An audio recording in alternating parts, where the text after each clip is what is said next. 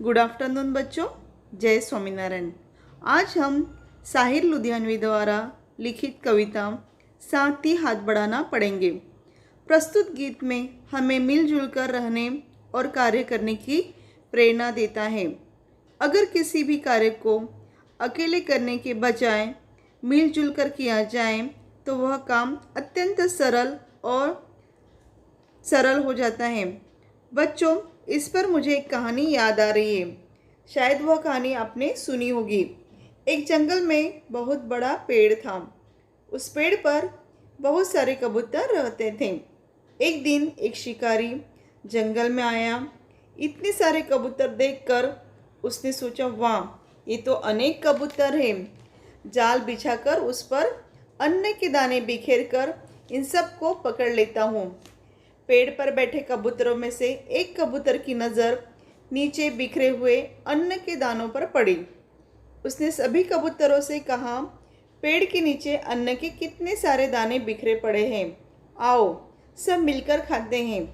सभी कबूतर दाने खाने के लिए पेड़ से नीचे उतर आए। हाय, हम सब तो जाल में फंस गए, अब हमें क्या करें? सभी कबूतर शिकारी के डर से घबराने लगे। तब कबूतरों के राजा ने कहा, घबराओ नहीं, मैं कोई उपाय सोचता हूँ। कबूतरों का राजा जाल से निकलने का कोई उपाय सोचने लगा।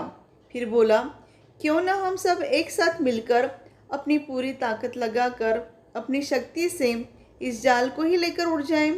कोशिश करो, शिकारी आने ही वाला है। सभी कबूतरों ने अपनी पूरी शक्ति से उड़ने का प्रयास किया और वे जाल को लेकर उड़ने लगे। शिकारी देखता ही रह गया।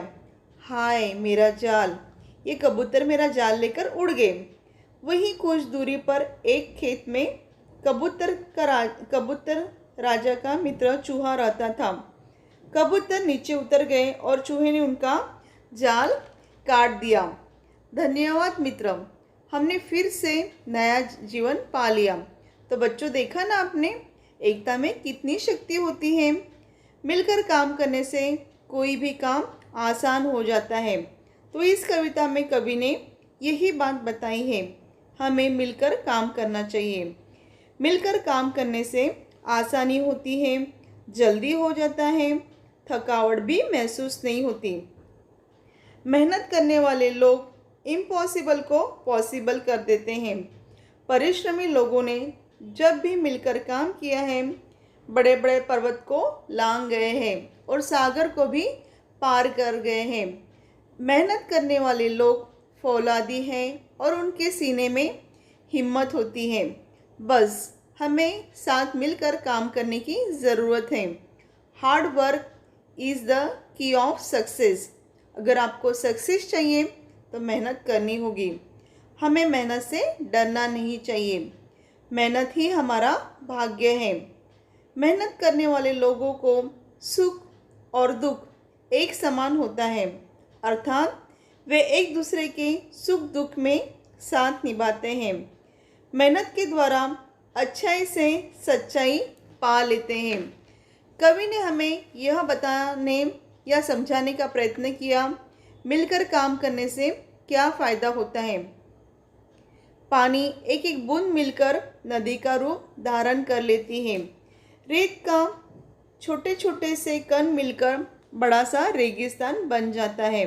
वैसे ही छोटी छोटी मिट्टी के कण, उसके लिए कवि ने यहाँ राई शब्द प्रयोग किया है। राई के छोटे छोटे दाने मिलकर विशाल पर्वत बन जाते हैं। इसी प्रकार यदि एक एक इंसान मिल जाए तो अपनी किस्मत पर अधिकार कर सकते हैं। जब हम गुलाम थे तब हमारी मेहनत का लाभ विदेशियों को मिला। आज हम आज़ाद हैं, इसका फ़ायदा हमारे देश को होना चाहिए। भारत देश का विकास होना चाहिए। बच्चों, ये कविता अपनी नोटबुक में चित्र के साथ लिखनी है तथा दिए गए प्रश्नोत्तर अपनी नोटबुक में लिखना है। जय स्वामीनारायण।